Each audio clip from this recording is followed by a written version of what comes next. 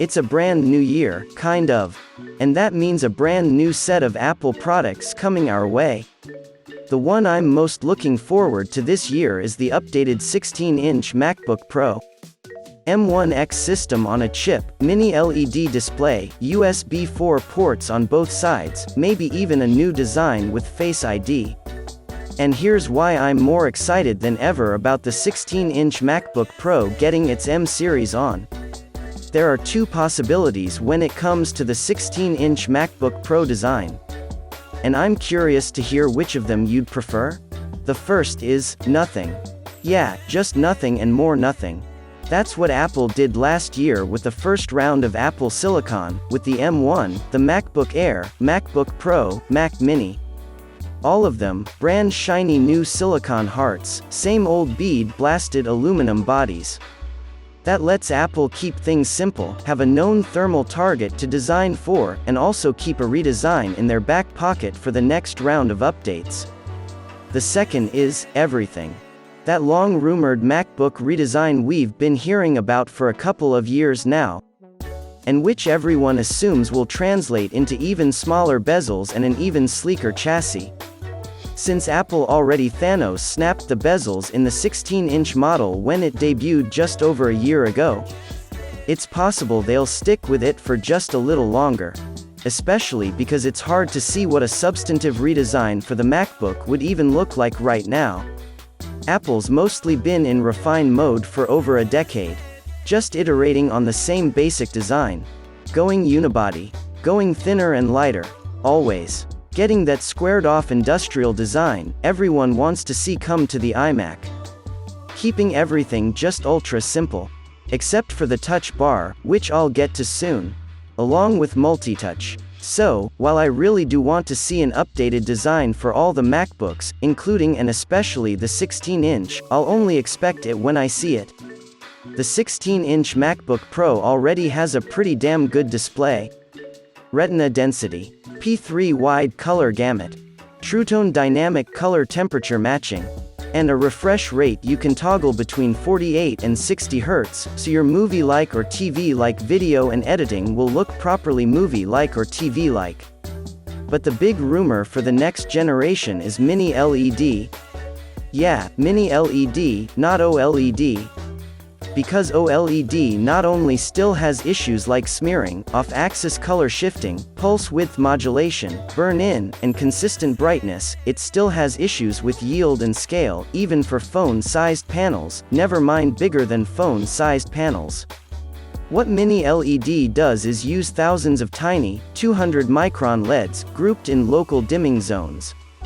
That lets them get blacks almost, if not quite, as deep as OLED, and contrast ratios that should be close to, if not full-on OLED level HDR. Not just for all the Hollywood content we're getting now, but even for iPhones that can now shoot in Dolby Vision. What hasn't been rumored but what I'd love to see as well is moving those 48 Hz and 60 Hz static refresh rate to full-on adaptive promotion, which is the iPad Pro technology that dynamically ramps all the way down to 24 Hz to save on power and up to 120 Hz for smooth scrolling and high frame rate gaming. But let's just get that on the iPhone, and then we can worry about the Mac. The only other thing is a nano texture option. That debuted in 2019 with the Pro Display XDR but is now also available on the 27-inch iMac.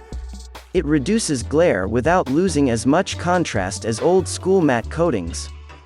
But while it's great on a desktop where you might not be able to position your display to avoid glare, you need to be really careful to preserve the texture, and that sounds just all shades of problematic on a laptop. But let me know what you think in the comments. I'll get to the M1X in a hot minute, but I've also been thinking a lot about the radios. The current 16-inch MacBook Pro doesn't have Wi-Fi 6. No Intel Mac does. It's almost as if Apple was waiting on their own silicon to bring Wi-Fi 6 to the Mac. Because that's exactly what they did with the M1 Max. So, at the very least, the 16-inch MacBook Pro will be getting Wi-Fi 6 with the M1X. At the very least, because, for a variety of performance reasons, I'm personally waiting on the next generation Wi-Fi 6E. That's the one that'll not just work better but work over 6 GHz. And, since Apple has always been aggressive about adopting new Wi-Fi technologies, I'm holding to hope that'll apply here as well. As to 5G cellular networking on the Mac, well, that's something Apple didn't deliver with the M1 or on the MacBook Air or lowest-end MacBook Pro. I'd love to see it as an option, even if Qualcomm would make it an expensive option. But it's another one of those things I'll only expect when I see it. I've got higher hopes for AU1, or ultra-wideband, spatial positioning chip. Apple's been moving those across the higher-end iOS lineup for over a year now, and it'd be great for the Mac to get into that object-aware action. I know some people still really want multi-touch on the Mac. Apple says they're not doing it, which means either they're really not doing it, or they're working on it but won't breathe a word about it until it's ready to launch. Until then, we seem stuck with the Touch Bar, and I say stuck because Apple introduced it in 2016 but haven't iterated on it at all since then. At all. Not even with haptics. And that's a shame because it surfaces a ton of shortcuts and could, potentially, make us much more productive. So, what does Apple do to up that M-series ante even further for the 16-inch MacBook Pro? My guess is the same thing they've been doing for the iPad Pro, throw in more cores. Right now, in M1, we have 4 efficiency cores, 4 performance cores, 8 graphics cores, and 16 neural engine cores.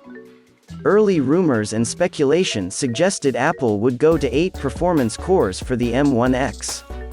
More recent rumors, as many as 12 or even 16 cores.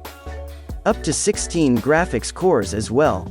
Now, adding cores doesn't do anything to increase single-core speeds. That's what affects things like interface responsiveness and app launching.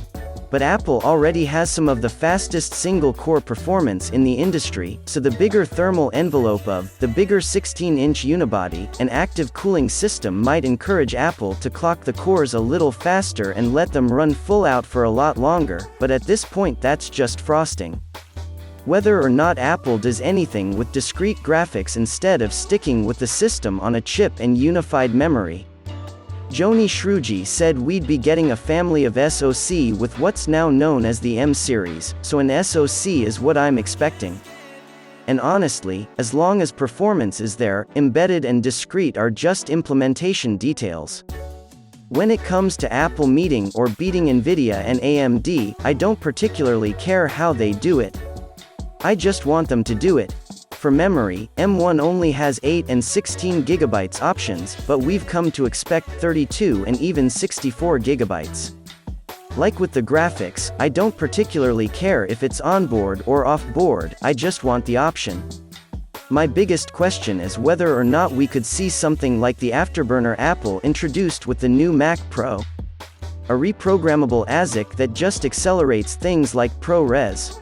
Right now, Apple has H.264 and H.265 encode and decode blocks on M1, but as far as I know, ProRes still hits the CPU. Bigger MacBook, maybe a bigger potential to shift that to something like Afterburner. That's also why I don't think Apple will use any savings from M-series chips over Intel to drop the price on the MacBook Pro. I think, instead, Apple will spend that budget on paying down M-series as fast as possible and on adding even newer technology.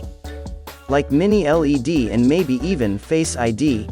Now talking about 16-inch MacBook Pro 2021 Face ID rumors, the current 16-inch MacBook Pro has a T2 chip, a variant of the A10 SoC, to basically work around everything Intel's Core series wasn't good at. That includes real-time encryption, signal processing, acceleration, and more. Like Touch ID, the M-series does all of that already, onboard secure enclave and everything, so no more T2 chips needed. But it also has a full-on Apple neural engine, which just happens to be what Face ID depends on as well. And, as much as I like Touch ID, the idea of just lifting the lid on a MacBook Pro and having Face ID see me, match me, and unlock for me is, well, like full-on force powers.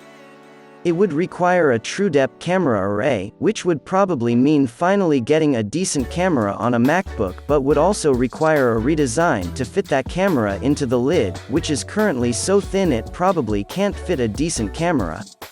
Personally, I'd take a notch, a camera bump, anything at this point. I want it. But let me know what you think in the comments. And don't forget to subscribe.